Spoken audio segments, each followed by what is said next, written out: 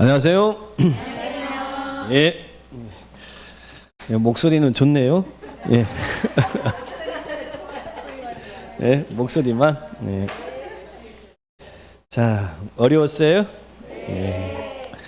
자, 그래요. 좀 뭐 어려운 것도 풀어보고 쉬운 것도 풀어보고 그래야지 뭐 항상 쉬운 것만 풀어서 뭐 만족하면 되겠습니까? 예. 대신 틀린 부분들 오답 정리 잘 하시고요. 자, 문제 들어가겠습니다. 예, 1회 때보다는 어려웠어요.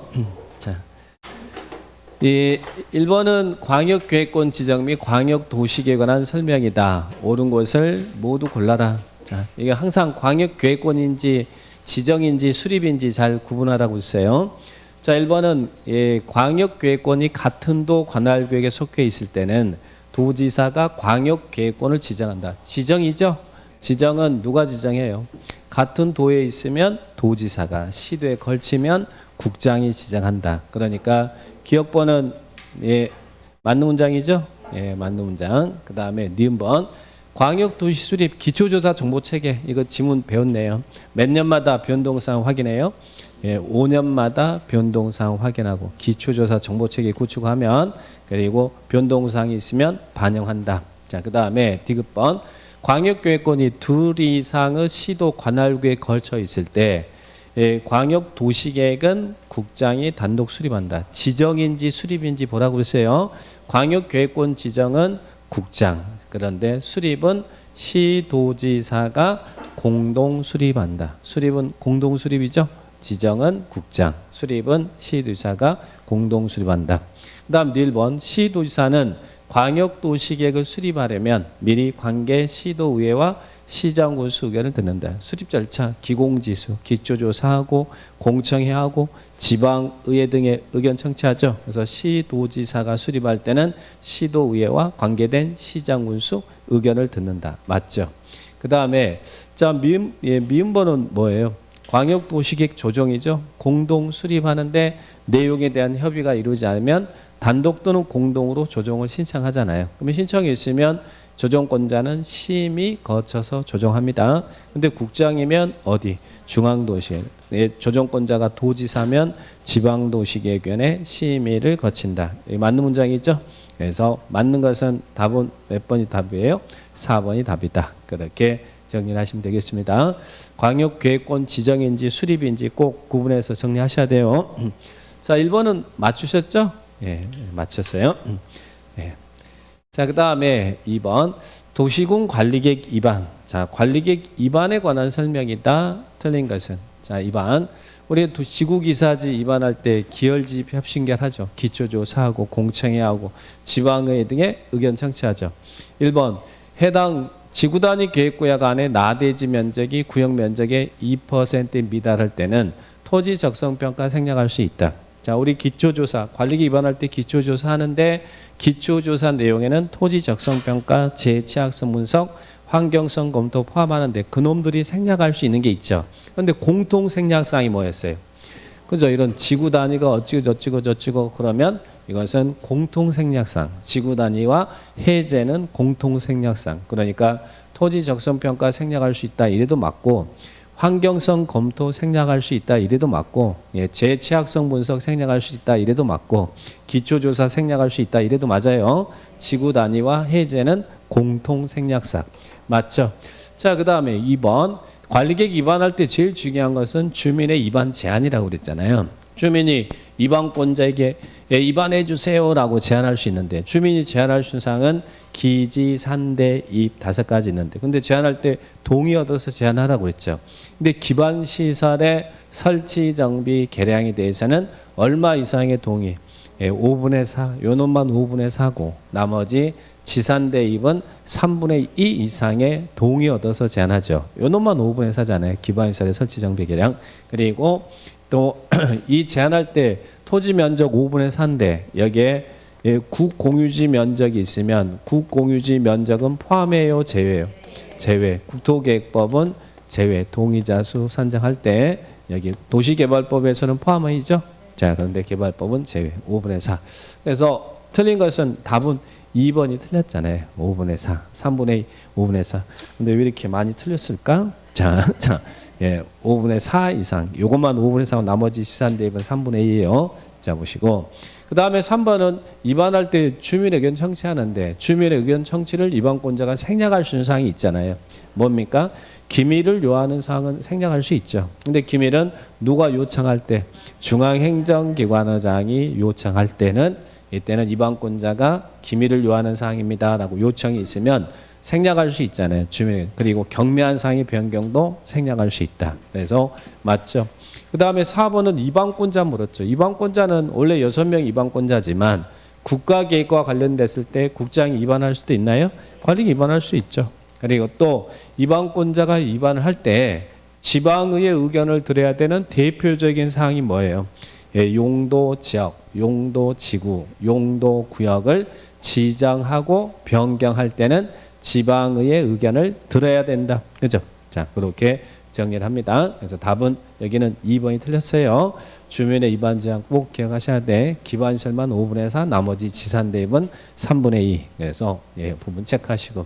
답은 2번이 답입니다. 자, 그 다음에 자 3번입니다. 준공업적에서 건축할 수 없는 건축물은 자 이랬는데 너무 많이 틀렸어요.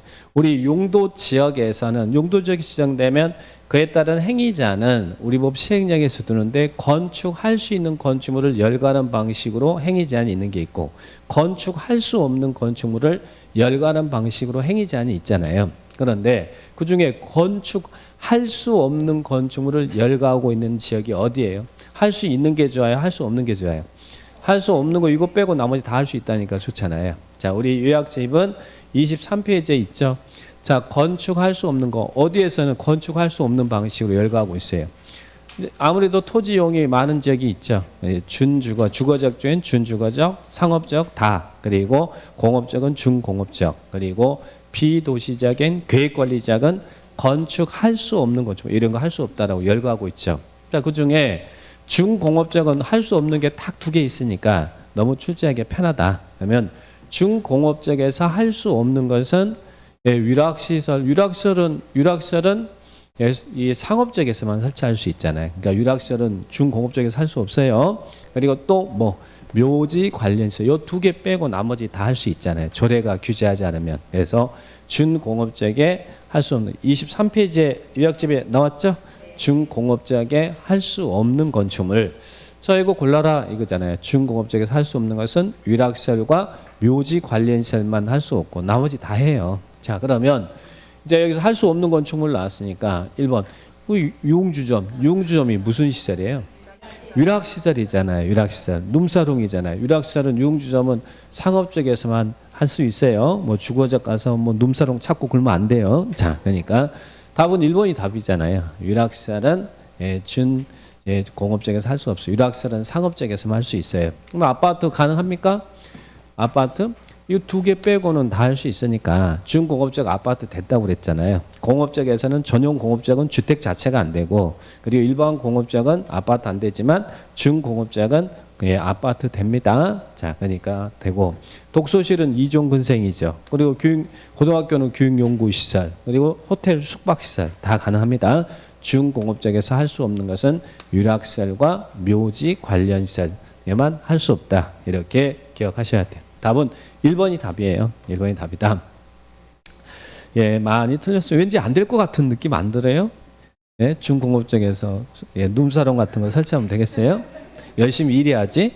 자, 그래서 답은 일했으니까 쉬어야 된다고? 근데 집에 가서 쉬지 뭘 또 이런 데서 쉬고 그래.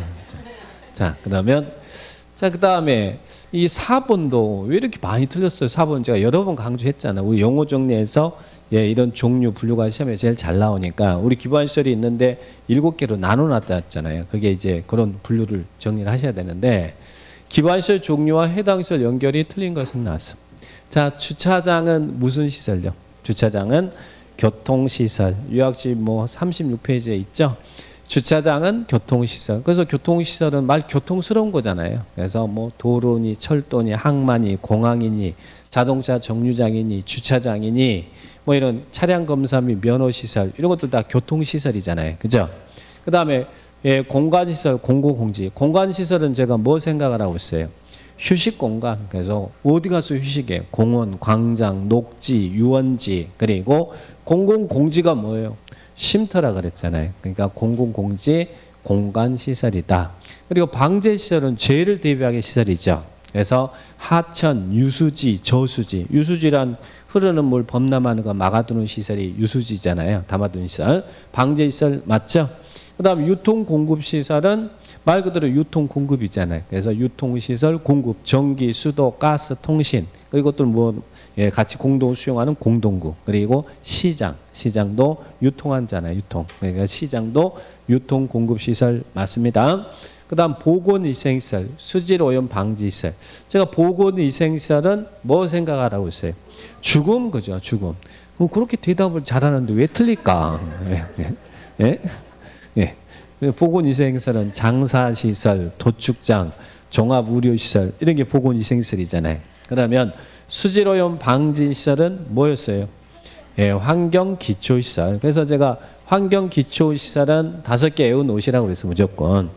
폐, 하수, 빗물. 폐, 하수, 빗물. 폐가 폐기물 처리 및 재활용 시설. 폐차장. 하수도 수질오염 방지 시설. 더러운 거 처리하는 시설. 환경기초시설은 더러운 거 처리하는 시설이잖아요. 처리 시설. 그래서 빗물 제작 및 이용 시설. 환경기초시설 5개 폐, 하수, 빗물 기억하셔야 됩니다. 자, 그래서 여기 틀린 것은 답은 5번이 틀렸어요. 다시 한번 관련 부분들 꼭 한번 점검해 주시고. 자, 그 다음에 용도, 이제 5번은 용도적 지정 절차상의 특례죠. 용도적 지정. 원래 용도적은 도시군 관리계획이니까 기혈지휘 협심별에서 관리계획으로 이반 결정하잖아요. 그런데 관리계획 이반 결정 절차 없이 용도지역이 지정되는 특례가 있죠. 유약집에는 22페이지에 나왔죠. 그래서 용도적 지정 절차상의 특례 그러면 크게 3가지가 있죠. 공유수면 매립 제한 특례, 바다가 육지라면. 그 다음에 또 하나는 도시적으로 결정고시 특례, 그리고 관리지역에서 농지 산 제한 특례, 이런 용도적 지정 절차 특례. 자, 그러면 여기에 대한 용도 지역 등이 간주되는 경우에 대한 설명이다. 옳은 것은 1번 자연환경 보존적. 여기 자연환경 보존적이 있는데, 여기 자연환경 보존적이 있는데 여기에다가 농지법에 의해서 농업진흥지역을 지정했어요. 그러면 이 농업진흥지역으로 지정된 지역은 농림지역으로 결정고시된 것으로 보나요? 이거 아니죠. 그냥 자연환경 보존지역에 농업진흥지역이 지정되어 있는 것이지 그 지역이 농림지역으로 바뀌지는 않습니다. 어디? 관리지역에 농업진흥지역이 지정되면 그 지역은 더 이상 관리지역이 아니라 농림지역으로 결정고시된 것을 본다. 그래서 농업진흥지역이 지정되면 용도가 바뀌는 것은 관리지역에서 그런다고 했잖아요. 관리지역에 농업진흥지역이 지정되면 당해 지역은 더 이상 관리지역이 아니라 농림지역으로 결정. 그래서 농림지역의 행위자를 받는 거예요. 농지 소유자에게 유리한 거예요. 유리한 거. 자, 그러면 자, 1번은 어디가 틀렸어요? 자연환경 보존지역이 아니라 관리지역에 농지법에 의한 농업진흥지역이 지정되면 농림지역으로 결정고시된 걸로 본다. 이렇게 기억하셔야 됩니다. 자, 그 다음 2번은 어디가 틀렸어요? 산업단지인데 산업단지 조성이에요. 근데 산업단지는 4가지가 있잖아요. 산단위. 국가산업단지, 일반산업단지, 도시첨단산업단지, 시골의 농공단지. 농공단지가 지정되면 해당 지역은 도시지역이 되나요? 농림지역에다가 농공단지 지정했다고 농림지역이 도시지역으로 바뀌나요? 농공단지는 그냥 해당 용도지역에 지정돼서 농공단지에서는 특별히 상계법에서 특례를 완화시켜주는 것이지 행위자는 완화시켜주지 농공단지가 도시지역이 되지는 않죠. 도시지역이 되는 건 뭐예요? 국일도, 국가산업단지, 일반산업단지, 도시첨단산업단지가 지정되면 그 지역은 관리계획 이반 결정 절차 없이 도시지역으로 결정고시된 걸로 본다. 국일도. 저희 집 칼 이름이잖아요. 국일도. 농공단지는 아니에요. 농공단지는 아니다. 국일도 지정되면. 그 다음에 자 3번은 항만법에 의해서 지정된 항만구역으로 관리지역의 연접한 공유시면은 도시지역으로 결정고시는 어디다 틀렸어요? 예, 어디에 연접한 공유수면에다 항만구역, 어항구역을 지정하면 그 공유수면이 도시지역으로 결정고시 된 것을 봐요. 도시지역에 연접한 공유수면, 인천 연안부두 부산항 도시지역에 연접한 공유수면에 항만구역이나 어항구역이 지정되면 그 공유수면은 관리계 기반 결정 절차 없이 도시지역으로 결정고시된 걸로 본다 그랬잖아요. 도시지역에 연접한 공유수면. 자, 그 다음에 예, 계획관리지역, 계획관리지역이 있는데 여기 계획관리지역에다가 여기 지금 용도지역에 앞으로 택지개발하겠습니다라고 택지개발촉진법에 한 택지개발지구 지정했어요. 그러면 택지개발지구 지정된 지역은 더 이상 계획관리지역이 아니라 무슨 지역? 도시지역으로 결정고시된 것을 보죠. 그래서 택지개발지구 지정하면 그 지역은 더 이상 계획관리지역이 아니라 도시지역으로 결정고시된 것으로 본다. 그래서 택지개발지구는 답은 4번이죠. 네, 택지개발지구는 도시지역으로 결정고시된 것을 본다. 그런데 이건 알아. 택지개발지구는 도시지역으로 결정고시된 것을 본다. 이건 아는데 앞에다가 계획관리지역에 택지개발지구 딱 하나 붙여놓으니까 또 이건 뭐지? 그래요. 자, 예, 용도지역 위에다가 이 택지개발지구 지정되면 더 지역은 그 지역이 아니라 도시지역으로 결정고시된 것을 보는 거예요. 답은 4번이고, 자 5번은 어디다 틀렸어요? 자, 관리지역에 농업진흥지역이 지정되면 그냥 농림지역이지만 관리지역에 임야가 있는데 산림청장이 보전산지를 지정했어요. 근데 산지 종류는 두 개라 그랬잖아요. 임업용 산지, 공익용 산지, 산지 종류가 두 개이기 때문에 이것처럼 단정하지 말았냐 이게 1번처럼 관리지역에 보전산지가 지정되면 그때는 산지 종류가 두 개니까 산림청장이 예, 지정하면서 고시할 거 아니에요. 그 고시에서 구분하는 바에 따라 농림지역 또는 자연환경보전지역으로 결정고시된 것을 본다. 그래서 농업진흥지역은 그냥 농림지역으로 단정하지만 예, 보전산지에는 고시에서 구분하는 바에 따라 농림지역이다 고시되어 있으면 농림지역, 자연환경보전지역이다 그러면 자연환경보전지역으로 결정고시된 것을 본다. 그래서 1번하고 5번을 구분하셔야 돼요. 1번과 5번 다 관리지역에서의 특례가 인정되는데 다만 농업진흥지역은 농림지역으로 그리고 보전산지는 고시에서 구분하는 바에 따라 농림지역 또는 자연환경보전지역으로 결정고시된 걸로 본다. 그래서 이런 용도지역 지정 절차상의 특례 이것도 또 꼭 한번 다시 점검해 주시기 바랍니다. 자, 그 다음에 예, 5번이고요. 5번 질문 정리했고 많이 틀렸어요. 많이 마음이 아파요. 자, 저 이런 것도 강조도 많이 하고 그랬는데 왜 틀리실까? 자, 그 다음에 예, 입지규제 최소구역.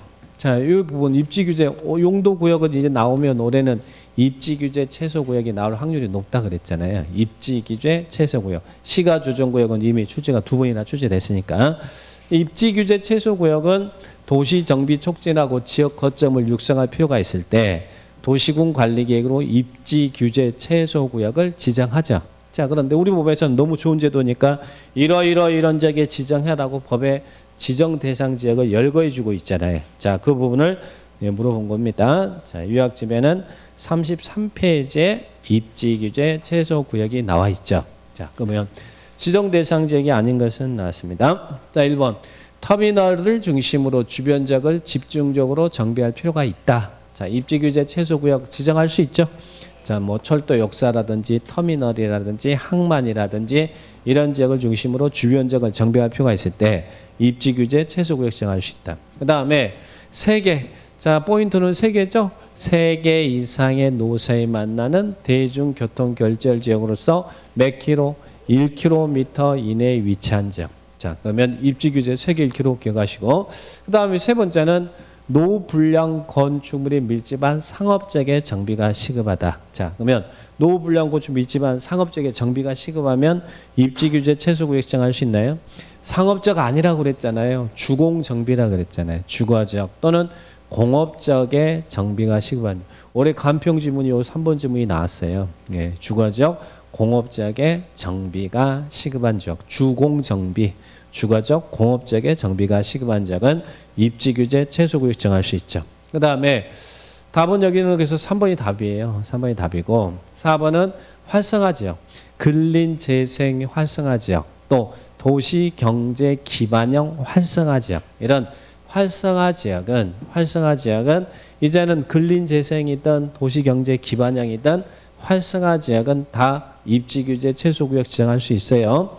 그 다음에 이제 5번 지문 꼭 조심하시고, 산업단지에다가 입지규제 최소구역을 지정할 수 있는 지역은 무슨 산업단지는 4가지 있잖아요. 국일도 농공단지 있는데 무슨 지역이요? 도시첨단산업단지. 여기를 뭐 국가산업단지, 일반산업단지 그러면 안 돼요. 네, 도시첨단산업단지에 입지규제 최소구역을 지정할 수 있다. 그래서 입지규제 최소구역 지정할 수 있는 지역 다시 한번 확인을 딱 하시고, 답은 3번이 답입니다. 자, 그렇게 기억하시기 바랍니다. 자, 보시고 그 다음에 47번 보겠습니다. 예, 기반시설 부담구역입니다. 자, 기반시설 부담구역도 서에 빠뜨리지 않고 잘 나오고 있잖아요. 뭐 거의 한 번도 빠지지 않았잖아요. 요약집은 58페이지에 있죠. 예. 자, 기반시설 부담구역, 기반시설 부담해라. 기반 설치가 필요한 지역이니까 그 안에서 개발행위를 할 때는 기반시설 설치비용 내라 이 말이죠. 기반시설 부담구역. 옳은 것은 나왔어요. 자, 1번 기반시설 부담구역은 개발 밀도 관리구역과 중복하여 지정할 수 있다. 맞나요? 자, 개발 밀도 관리구역과는 중복하면 안 된다고 그랬잖아요. 개발 밀도 관리구역 외의 지역으로서 도로, 공원, 녹지 등 기반 설치가 필요한 지역을 대상으로 기반 시설을 설치하거나 그에 필요한 용지를 확보하기 위해서 지정한다고 그랬죠. 그래서 개발 밀도 관리구역과 중복한다 이러면 안 돼요. 자, 안 됩니다. 자, 그 다음에 자, 2번은 기반시설 부담구역을 지정 변경하고자 할 때는 중앙도시개균의 심의 거쳐서 국장의 승인받는. 자, 기반시설 부담구역, 개발 밀도 관리구역, 성장 관리계획구역 지정은 누가 해요? 지정은 우리 관할구역장 개발행 허가권자가 6명이 지정하잖아요. 어떻게? 이 법에 근거해서 그냥 지정하지 누구의 간섭 안 받습니다. 그냥 자기가 지정하고 고시하는 것이지 뭐 이게 누구한테 승인받고 누구의 결정이 있어야 되고 그런 거 아니에요. 그러니까 여기는 지정할 때 국장의 승인받는다 틀렸어요. 또 시정군수도 기반시설 부담구역 지정하면 뭐 도의사한테 승인받고 그런 거 없습니다. 그냥 6명이 지정하는 거예요. 6명이. 그런데 대신 6명이 지정할 때 심의는 해야지. 심의는 어디? 중앙도시계획구역 아니라 당해 지역에 있는 지방도시계획원의 심의 거쳐서 지정하죠. 그래서 기반시설 부담구역은 주민의 의견도 듣고 절차에 주민의 의견 청취하고 그리고 지방도시계획원의 심의 거쳐서 6명이 지정하고 지정했으면 그냥 지정됐다라고 공보에 고시하고 주민의 의견 청취 이게 지정이 절차죠. 그래서 별도로 승인제도 이런 거 없어요. 승인은 이런 거 없습니다. 6명이 지정합니다. 6명이 지정하더라. 그죠? 자, 그러면 여기도 꼭 기억하셔야죠. 어디다 지정합니까? 우리 교재 의무적 지정 대상 지역. 우리 이러이런 지역은 기반시설 부담구역을 의무적으로 지정해야 되는 4가지 사유가 있잖아요. 그 4가지 사유 출자하기 편하죠. 자, 그 중에 하나가 개발행 건수잖아요. 개발행 건수가 전년도 개발행 건수가 전년도 개발행 건수보다 20% 이상 증가한 지역은 기반시설 부담구역을 지정하여야 한다. 의무적 지정. 그래서 개발행 건수 인구 증가율 20% 증가하고 높은 지역은 의무적 지정입니다. 의무적 지정이다. 자, 그런데 자 4번도 지정해야 된다 나왔는데 근데 뭐가 틀렸을까요? 자, 4번은 여기는 답은 3번이 맞는 문장입니다. 맞는 문장이다. 그럼 4번은 어디가 틀렸어요? 하여야 한다는데. 의무적 지정 대상지 이것뿐만 아니라 4번도 맞는데 이 법이나 다른 법령의 제정 개정으로 인해서 행위제한이 완화되는 지역이죠. 행위제한이 완화돼야 개발 압력이 생기고 개발 행위가 많이 이루어지는데 기반시설이 부족하면 안 되니까 기반 설치가 필요한데 기반시설이 부족하면 안 되니까 기반시설 부담구역을 지정해서 개발행위를 한 자에게 설치비용을 내도록 하는 거잖아요. 행위제한이 완화되는 지역. 행위자의 완화되고 그래서 행위자의 완화되거나 또는 용도지역 등이 변경 해제돼서 행위자한이 완화되는 지역. 법의 제정 개정으로 행위자한이 완화되고 용도지역 등이 변경 해제돼서 행위자한이 완화되는 지역. 그런 적은 의무적 지정이지 행위자한이 강화되면 여러분 같으면 개발행위 하겠어요? 안 하겠죠? 기반 설치가 필요하지 않죠. 개발행위가 없는데. 자, 그래서 여기 이게 틀렸어요. 자, 5번은 작년에 나왔던 답이었잖아요. 자, 기반시설 부담구역이 지정되면 그 안에 설치될 기반 종류, 위치, 규모 등을 정하는 기반시설 설치계획을 수립해서 관리계획에 반영해야 되는데 구역이 지정되면 몇 년 이내에 설치계획 수립해요? 기 1년 이내 설치계획을 수립하지 않으면 1년경과 다음 날 기반시설 부담구역은 해제된 걸로 본다. 그래서 여기를 작년에 3년이라고 나왔잖아요. 기 1. 그래서 이 부분들 체크를 딱 하시고 그 다음에 또 한 가지 기반시설 부담구역은 개발밀도관리구역이든 기반시설 부담구역이든 지정은 6명이 하는 거예요. 누구의 간섭 없이. 그런데 기반시설 부담구역은 지정할 때 주민의 의견 청취가 있다라는 거. 개발밀도관리구역은 주민의 의견 청취가 없잖아요. 개발밀도관리구역 지정할 때는 그냥 심의 지정 고시 하잖아요. 근데 기반시설 부담구역은 주민의 의견을 듣는다. 그래서 개발밀도관리구역과 비교해서 정리를 딱 하시기 바랍니다. 자, 그래서 답은 3번이 답입니다. 자, 정리를 딱 하시기 바라고요. 자, 그 다음에 지구단위 계획구역과 계획에 관한 설명이다. 틀린 것은 지구단위 계획구역의 의무적 지정, 지구단위 계획구역을 지정할 수 있는 지역 이런 지구단위 계획에 관련된 사항이죠. 자, 요약집 47페이지에 나와 있습니다. 지구단위 틀린 것은 나왔어요. 자, 1번은 맞는 지문에 틀린 문장이에요. 뭘 물어본지 캐치를 하셔야지. 시가 조조구 해제된대. 근데 해제 면적이 30만 이상이 돼. 그럴 때는 지구단위 계획구역을 지정하여야 한다 물었으니까 의무적 지정을 물어본 거잖아요. 지구단위 계획구역. 이게 맞습니까? 의무적으로 지정해도 해제되는 지역이 어디가 해제될 때 시가 조정구에 해제되거나 공원이 해제되는데 해제 면적이 30만 제곱미터 이상이면 체계적 계획적 관리가 필요하니까 지구단위 계획구역을 의무적으로 지정해야 되죠. 그래서 여기는 의무적 지정 맞잖아요. 의무적 지정. 우리 이럴 때 지구단위 계획구역의 의무적 지정 대상 지역 체크했잖아요. 자, 그 다음에 2번. 도시개발구역에 대해서 전부를 대상으로 지구단위 계획구역 지정할 수 있다. 이거 뭡니까? 지구단위 계획구역은 이렇게 개발이 되는 지역의 전부 또는 일부에다가 지정할 수 있잖아요. 대신 이제 전부 또는 일부에다 지정하는데 이러이러한 지역은 의무적으로 지정해야 된다. 그래서 여기는 이 개발구역 우리 인천시 개발 사업이 이루어지는 신도시 검단 신도시다 그러면 그 신도시 전부에다 지구단위 계획구역 지정할 수도 있고 일부에다 지정할 수 있어요. 여기 인천시 전부가 아니라 이런 법에 의해서 개발이 되는 지역에 전부 또는 일부에다 지정할 수 있다. 다만 이런 지역은 지정해야 된다. 그래서 임의적 지정, 의무적 지정 정리를 딱 하셔야죠. 2번 맞아요. 자, 그 다음에 3번은 실효. 제가 실효 3년짜리 있고 5년짜리 있으니까 꼭 체크하라고 그랬잖아요. 구역이 지정됐는데 3년 이내 지구단위 계획이 결정되지 않으면 다음날 구역 지정의 효력은 상실하고. 자, 그리고 계획 실효는 몇 년이라고 했어요? 지구단위 계획이 결정됐어요. 주민이 제안해서 지구단위 계획 결정됐으면 지구단위 계획대로 개발 행위를 해야 될 거 아니에요. 그런데 몇 년 내 목적 사업에 착수하지 않으면 5년 내 착수하지 않으면 5년이 되는 날의 다음 날 지구단위 계획의 효력은 상실하죠. 그래서 여기가 3년짜리인지 5년짜리인지 꼭 구분하셔야 돼요.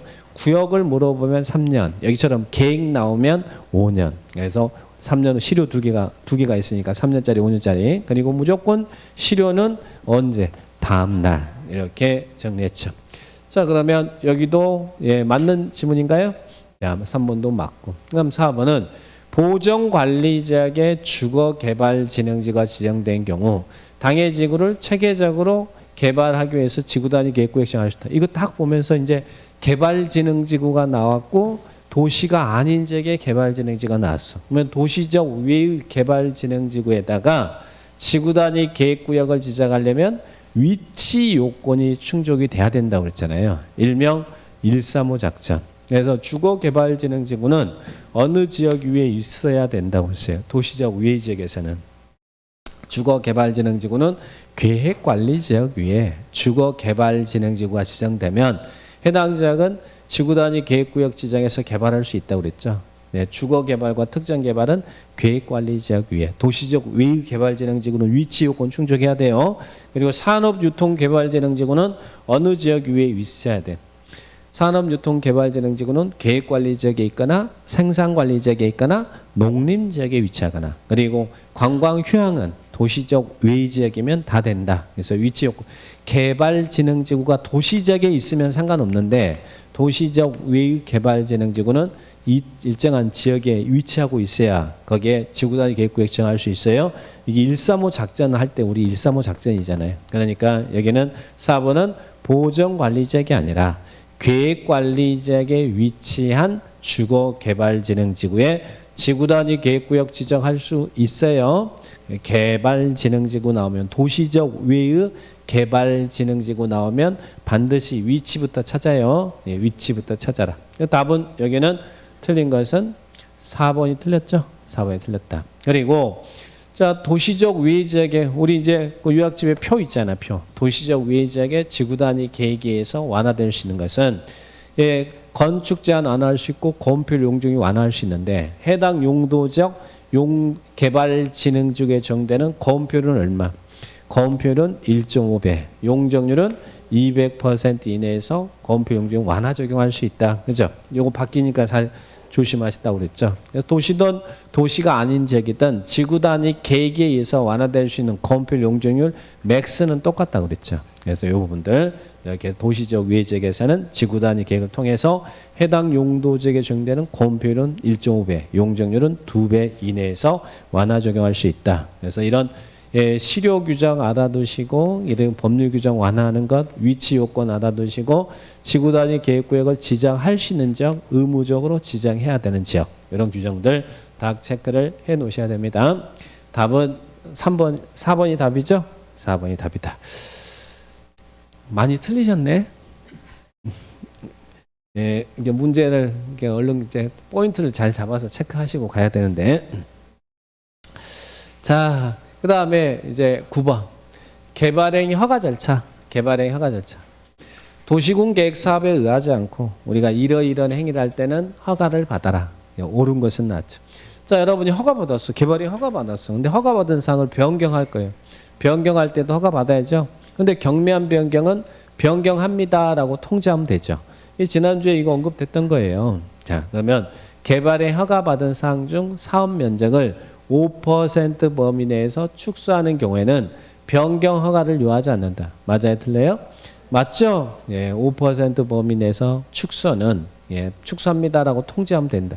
여기가 확대 그러면 변경 허가 받지만 축소는 5% 범위 내에서 축소는 변경 허가 안 받는다고 했죠. 그래서 사업 기간을 단축하는 것 그리고 5% 범위 내에서 축소하는 것은 변경 허가 안 받습니다. 자, 그래서 답은 1번이 답이잖아요. 1번이 답. 자, 2번. 건축법에 의한 분할 제한 면적 미만의 토지 분할은 개발의 허가를 받지 않는다. 자, 땅은 작게 쪼개지면 좋은 게 아니라고 그랬죠. 그래서 원래 허가받는 분할이 뭐예요? 녹관 농자, 녹지 관리 농림 자연환경 보존지의 분할, 그리고 또 건축법에 의한 분할 제한 면적 미만의 분할, 그리고 또 너비 5m 이하로 분할은 허가를 받아야 되잖아요. 그러니까 여기는 분할 제한 면적 미만의 분할은 허가를 받지 않는다가 아니라 허가를 받아야 되는 거잖아요. 허가를 받아야 되는 거잖아요. 땅은 작게 쪼개지면 좋은 게 아니에요. 미만이니까 그냥 분할할 수 있다 이러면 안 되지. 자, 그 다음에 3번은 재복구 등의 응급조치도 개발의 허가를 받아야 된다. 자, 재복구 허가 없이 할 수 있는 게 뭐예요? 재복구, 재난수와 응급조치는 허가 없이 할 수 있죠. 허가 없이 가능하잖아요. 다만 뭘 해야 돼? 조치 후 1월 이내 신고해야죠. 사후 신고지. 그러니까 허가 없이 허용되는 사항이잖아요. 예, 조치 후 1월 내 신고지. 응급한 경우 허가 받고 해라 그러면 난리 날 거 아니에요. 그러니까 여기는 허가 없이. 그 다음에 4번 지문도 실은 지난주에 했었어요. 예, 이런 녹지지역에서 이런 예, 비닐하우스 안에 농림어업용 비닐하우스는 허가 없이 가능한데 공작물 설치는. 근데 단 무엇은 제한다. 육상오류 양식장용 비닐하우스 설치는 제외한다. 그러면 육상오류 오류 양식을 바다에서 하는 게 아니라 육상에서 비닐하우스 설치해서 살 때는 허가 받으라고 그랬잖아요. 여기는 허가 받아요. 농림어업용 비닐하우스는 허가 없이 가능하지만 육상오류 양식장용 비닐하우스는 제외한다. 그래서 허가 받아라. 그죠? 자, 그래 보시고. 그 다음에, 자, 5번은 뭐 물어본 거예요? 5번은 개발행위 하지마 제한 물어본 거죠. 우리 보면서 개발행위 제한 사유가 5가지 사유 있는데 그중에 첫 번째가 이거 녹개수잖아요. 녹지적, 계획관리적에 수목이 자라거나 조수리의 집단적 서식처나 우량 농지 등으로 보존할 필요가 있는 지역은 개발행위 하지 마세요라고 제한할 수 있죠. 근데 제한할 때는 항상 얼만큼 개발행위 하지 말아라고 제한기간 주잖아요. 자, 이때 제한기간은 연장이 가능해요, 불가능해요? 이 적은 제한 연장이 안 되잖아요. 우리 제한 사유 5가지 있는데 그중에 첫 번째, 두 번째 사유는 연장이 안 되는 사유잖아요. 그러니까 여기는 제한하더라도 최장 3년을 초과할 수는 없잖아요. 3년. 그래서 제한 여기는 개발행위 제한을 물어본 거예요.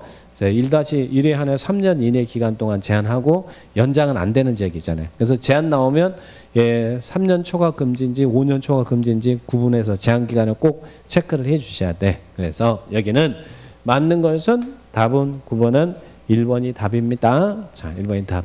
자, 그래 보시고. 그 다음에 10번.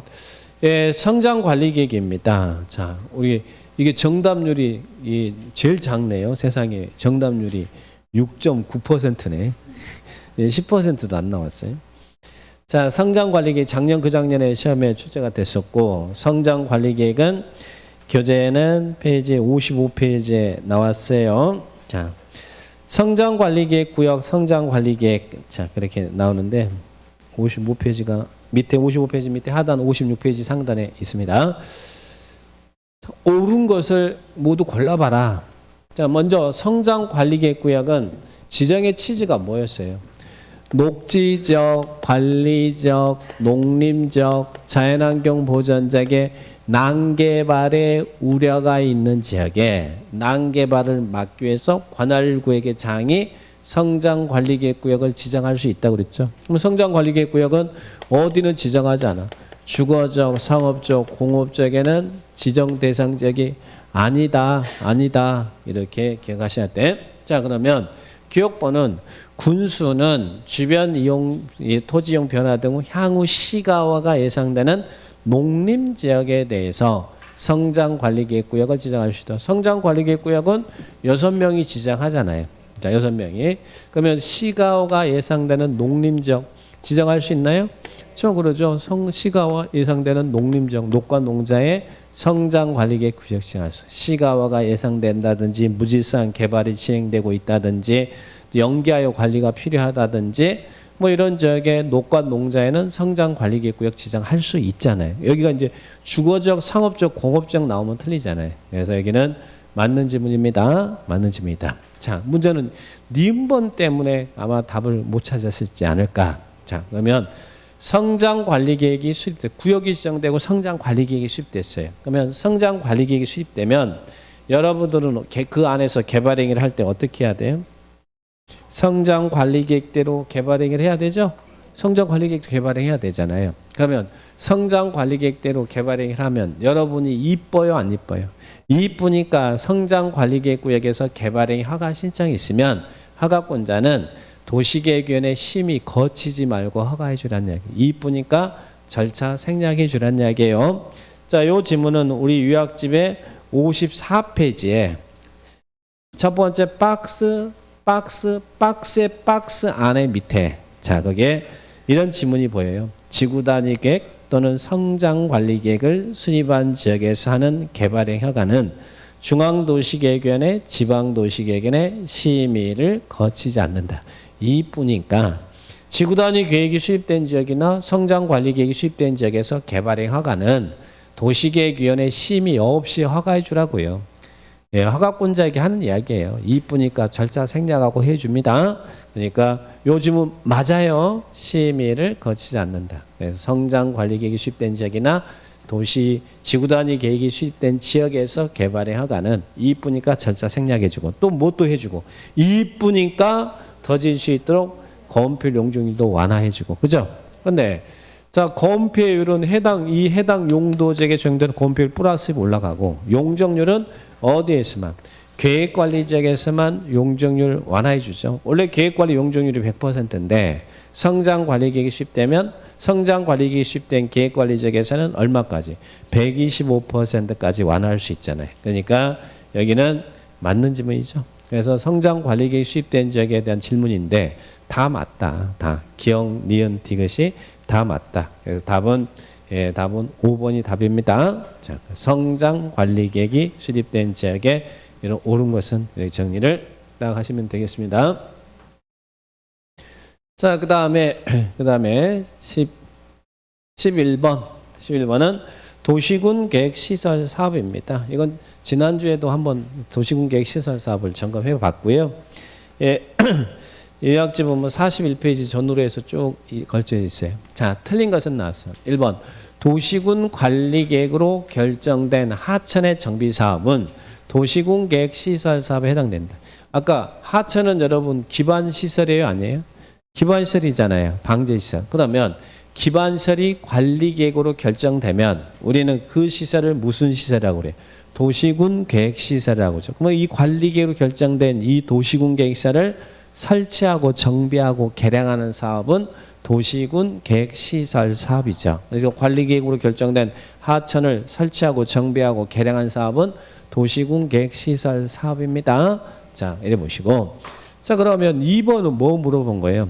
시행자 물어본 거잖아요. 시행자. 도시군 계획시설 사업. 원래 도시군 계획시설 사업의 시행자는 누가 시행자예요? 시설 사업은 행정청이 하죠. 행정청이. 예, 국장, 시도지사, 시장우수 이런 들이 행정청의 시행자. 그런데 이 행정청이 아닌 자도 시설 사업의 시행자가 될 수 있나요?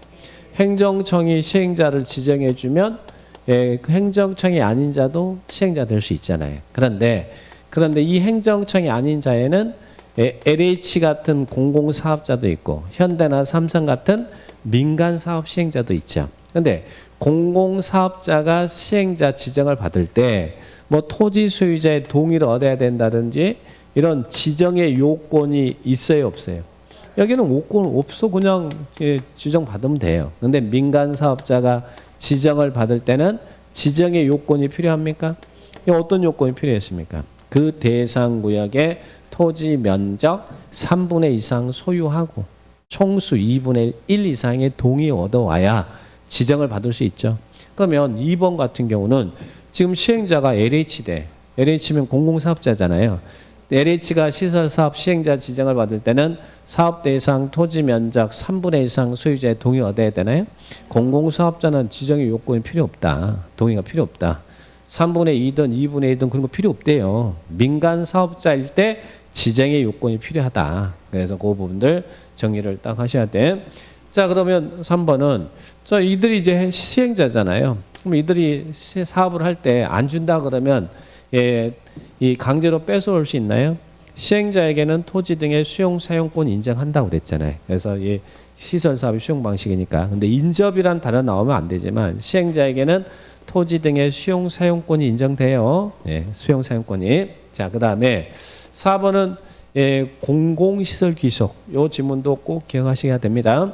시행자가 누구든지 간에 따지지 않아요. 행정청이든 행정청이 아니든 새로 설치되는 공공시설은 누가 가져요? 그 시설을 관리할 관리청에게 무상으로 귀속된다. 이 지문은 기억하시고 저희가 행정청이든 행정청이 아니든 종래 공공시설은 개발행위자가 행정청이냐 행정청이 아니냐에 따라 무상 귀속의 범위가 달라지지만 새로운 공공시설은 무조건 그 시설을 관리할 관리청에게 무상으로 귀속된다. 이 지문 기억하시고 그 다음에 5번은 뭐 물어본 거예요? 시설이 결정됐는데 몇 년 이내에 사업을 시행하지 않으면 20년 이내에 사업이 시행되지 않으면 20년이 되는 날의 다음 날 이 시설 결정은 없었던 것을 한다. 그죠? 자, 실효 규정이잖아요. 실효. 시설 결정의 실효. 실효는 이 다음 날입니다. 20년 이내에 사업이 시행되지 않으면 20년이 되는 날의 다음 날 결정 효력을 잃는다. 맞죠? 자, 여기서 틀린 것은 답은 2번입니다. 그래서 공공사업자는 시행자 지정의 요건이 필요하지 않다. 이렇게 기억을 딱 하시기 바랍니다. 자, 그 다음에 12번. 타인 토지 출입. 작년에도 타인 토지 출입이 살짝 나왔잖아요. 작년에 문제는 쉽게 나왔는데. 자, 이 타인 토지 출입 조심해야 될 게 있습니다. 자, 그러면 요약집은 43페이지에 거기에 있는 타인 토지.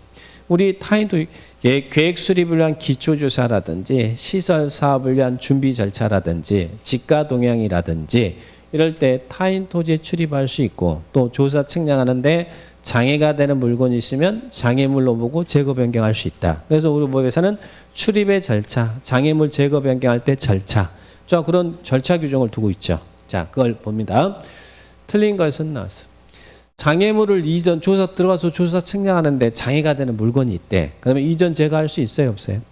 장애물 이전 제거할 수 있죠. 그런데 장애물 이전 제거한다는 말은 당사자들이야 이런 기초조사하는 사람이나 시행자는 이게 조사 측량에 장애가 되는 물건이지만 우리 입장에서는 재산권 침해잖아요. 그래서 장애물 이전 제거할 때는 소점관의 동의를 얻어야 됩니다. 동의.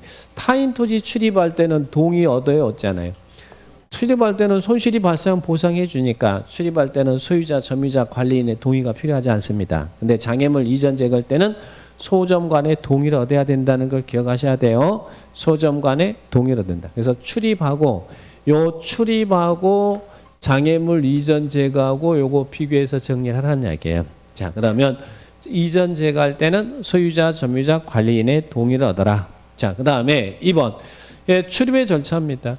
자, 현대나 삼성이 사업의 준비 절차로서 여러분 땅에 들어갈 거예요. 출입할 때 관할구역의 장한테 출입허가 받아야 안 받아요? 우리는 출입허가 받아야 돼요. 그런데 행정청인자가 출입할 때는 출입허가 받아야 안 받아요? 같은 식구끼리 뭐 그래 그냥 들어가기 전에 7일 전에 소유자, 점유자, 관리인에게 통지만 해주면 되지. 행정청인자는 출입허가를 받을 필요가 없어요. 자, 허가 없이 할 수 있다. 자, 그 다음에 근데 출입에 제한이 있죠. 언제는 들어가면 안 돼? 일출 전, 일몰의 한밤중에는 누구의 승낙 없이 점유자, 사생활보 소유자가 아니고 점유자의 승낙 없이 택지나 담장, 울타리로 둘러싸인 타인 토지에 출입할 수 없다. 출입의 제한이죠. 자, 그러면 출입 허가 받고 현대나 삼성은 출입 허가 받고 이제 소유자, 점유자, 관리인의 토지를 출입할 거 아니에요. 출입할 때 사전 통지하죠.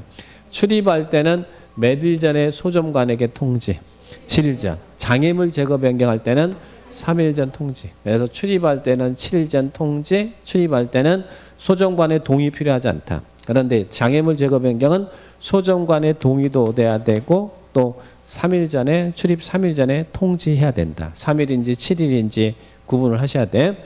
여기는 지금 출입이잖아요. 타인 토지에 출입하고자 합니다. 그럴 때는 3일 전까지 소유자 등에게 통지한다. 출입은 몇일요? 7일 전. 장애물 제거 변경 일시 사용은 3일 전. 그래서 3일인지 7일인지 구분을 딱 하셔야 됩니다. 자, 그래서 여기는 지금 꼭 체크하시고. 그 다음에 손실보상 의무자 누가 보상해야 돼요? 보상 의무자는 행위자가 해요? 아니면 행위자가 속한 행정청이에요? 행정청이 공무원이 고위과실로 한 건 아니니까 보상 의무자는 행위자가 속한 행정청 또는 시설사업의 시행자가 손실보상 의무자입니다. 그래서 여기는 답은 여기는 몇 번이 답이에요? 틀린 것은 답은 4번이 틀렸죠. 그래서 타인 토지 출입, 일시 사용, 장애물 제거 변경. 그래서 구분해서 다시 한번 확인해 놓으시 바랍니다. 자, 이래 보시고. 자, 그 다음에 도시개발법. 자, 도시개발법상 개발계획. 자, 개발구역 검단 신도시 만들 때 어떻게 만들겠습니다라고 개발사업의 방향을 정하는 계획. 개발계획이죠. 자, 개발계획. 요약집은 63페이지에 있는데 개발계획 수립 등에 관한 설명이다. 개발계획은 누가 수립해요? 지정권자, 개발구역을 지정하는 지정권자가 이적을 어떻게 만들겠습니다. 수립하죠. 그런데 원래는 구역을 지정하고자 할 때 개발계획 수립하지만 구역 지정 후 개발계획을 수립할 수 있는 지역이 우리 법에 5가지가 쭉 이렇게 나와 있죠. 시험에 잘 나오죠. 그 중에 하나가 자, 계획관리지역에 구역을 지정할 때 구역을 지정한 후에 개발계획 수립할 수 있나요? 계획관리도 구역 지정한 후에 개발계획 수립할 수 있나요? 어디? 도시적 외의 지역은 구역 지정 후 개발계획을 수립할 수 있잖아요. 계획관리지역은 도시적 외의 지역이죠. 도시적 외의 지역에서는 구역 지정 후 개발계획 수립할 수 있어요. 그래서 자연녹지, 생산녹지, 도시적 외의 지역, 관중과 협의하여 지정한 지역, 그리고 또 주거적, 상업적, 공업적이 있긴 있는데 조금 있는 지역, 30% 이하인 지역은 구역 지정 후 개발계획 수립할 수 있다. 맞죠? 자, 1번 맞고. 그 다음에 개발계획은 누가 수립한다고? 지정권자가. 그러면 수립된 개발계획 변경도 누가 하겠어? 지정권자가. 어떻게? 직접 할 수도 있고 요청을 받아서 할 수 있어요. 그러니까 개발계획 수립 변경은 지정권자가 하는데 직접 또는 요청을 받아서 할 수 있다. 자, 그 다음에 3번. 자, 지정권자가 여기 보세요. 지정권자가 개발계획을 수립하는데 환지 방식으로 개발계획을 수립하려면 동의를 얻어야 되죠. 지정권자가 환지 방식의 개발계획 수립할 때는 얼마큼의 동의 얻어야 돼? 환지 방식은 그 대상구역 토지 면적. 환지 방식은 개발계획을 수립할 때는 지정권자가 토지 면적 3분의 2 이상의 소유자의 동의와 토지 소유자 총수 2분의 1 이상의 동의를 얻어서 개발계획을 수립해야 되잖아요. 환지 방식. 그런데 단 시행자가 누구일 때는 동의를 받을 필요가 없다. 시행자가 국가나 지자체일 때는 동의를 받을 필요 없다. 그래서 여기는 지금 요 문장 시행자가 지자체이다 이 말이 없으면 요 문장은 맞는 문장이에요. 근데 시행자가 국가나 지자체일 때는 동의 받아요, 안 받아요? 동의 안 받는다. 그러니까 저 지문 때문에 동의 받는다는 지문이 틀린 거예요. 그러니까 저기는 시행자가 지자체다, 국가다 이런 말 없으면 요 지문 맞는 거예요. 다만 시행자가 국가, 지자체일 때는 동의를 받을 필요 없다. 이렇게 나와야죠. 답은 3번이 답이네. 그죠? 답이 3번이 답이다. 그렇게 기억을 딱 하시면 되겠습니다. 자, 그러면 이제 4번은 자, 우리 이제 환지방시형 개발계획 수립할 때는 원래 이렇게 동의 얻어야 되잖아요. 동의 얻어서 해야 하죠. 그러면 수립된 개발계획 변경할 때도 어떻게 하겠어요? 동의 얻어야 될 거 아니에요. 환지방시 개발계획 수립할 때 이렇게 동의 얻었으니까 수립된 개발계획 변경할 때도 동의 얻죠. 그런데 경미한 변경은 동의 얻지 않아도 됩니다. 자, 그러면 이제 문화재 보호계획, 개발계획 중에 문화재가 있어서 문화재 보호계획을 변경하는 겁니다. 그러면 문화재 보호계획을 변경하는 것은 경미한 변경이냐 물어본 거예요. 경미하면 동의 필요 없고 변경인 똑같이 동의 얻어서 해야 되는데 자, 이럴 때는 경미해요, 안 해요? 자, 여러분이 막 의견 듣고 막 그래야 되니까 문화재에 대해서 그렇게 관심이 많으세요? 네? 그렇게 관심이 많아? 네. 이제 이런 건 어떻게 접근하라고 했어요? 그냥 변경 나오면 똑같은 행위지만 뭐 어떤 변경 나왔다 그러면 거의 90%는 경미하니까 물어본 거라고 답하시라는 이야기예요. 문화재 보호계획을 변경하는 것은 경미한 변경입니다. 경미한 변경은 동의 얻지 않습니다. 그냥 변경 나오면 똑같이 동의, 개발계획 변경하면 동의 얻어야 돼. 근데 무슨 변경이다 그러면 확률상 그렇게 물어보는 것들은 확률상 90% 이상은 경미하니까 물어본다고 생각하시면 돼요. 그러면 경미한 변경은 절차 생략한다. 이렇게 기억하시라는 이야기예요. 여기는 동의 요건 적용하지 않는다. 왜? 경미한 변경이니까. 그 다음에 보건의료시설 복지. 그 검단 신도시 만들면서 보건의료 어떻게 하고 복지는 어떻게 하고 이런 게 개발계획 내용에 들어가겠어요, 안 들어가겠어요? 들어가니까 물어보겠지. 없는 거 끄집어내서 물어보진 않을 거 아니에요. 그죠? 자, 그래서 개발계획 내용이 아닌 건 뭐만 기억하셔요? 무엇은 개발계획 내용이 아니다. 지구 단위 계획은 개발계획 내용이 아니다. 지구 단위 계획은 나중에 시행자가 실시계획 작성할 때 지구 단위 계획을 포함하거든요. 그러니까 그거 하나만 기억하시고 나머지는 모르면 다 개발계획 내용이라고 생각하시면 돼요. 자, 그래서 여기는 틀린 것은 답은 몇 번이 틀렸어요? 3번이 틀린 거예요. 3번이. 왜 틀렸는지 알겠죠? 네, 그래 보시고.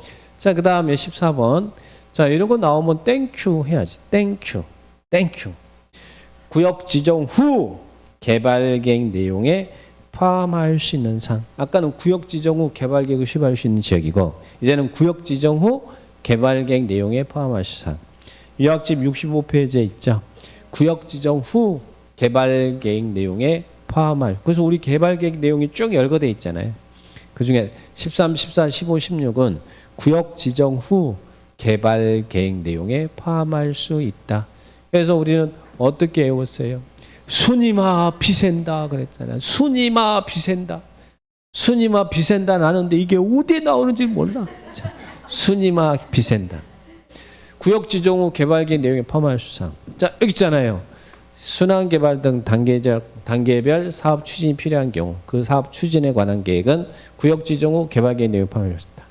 그리고 또 임대주택임 개발구역 밖에 기반 설치할 때 기반 설치 비용 부담에 관한 사항 그리고 또 수용 사용 후 대상이 되는 세부 목록에 관한 사항은 구역 지정 후 개발 계획 내용에 포함할 수 있다. 그죠? 그래서 구역 지정 후 개발 계획에 포함할 수 있는 사항 순위마 비센다. 이렇게 기억을 딱 하셔야 됩니다. 지금은 답은 몇 번이에요? 4번. 그래서 이것은 딱 물어보면 암기할 수 있는 것들은 해주셔야지. 이거는 이제 암기를 해야 될 내용. 순위마 비센다. 구역 지정 후 개발 계획 내용에 포함할 수 있는 사항. 이렇게 기억을 딱 하시 바랍니다. 근데 왜 이렇게 가슴 아프게 이런 것도 많이 이렇게 틀렸어요? 자, 네. 순위마 비센다. 자, 네, 정리를 하시고. 자, 그 다음에 15번. 예, 좀 쉬었다 하자. 예.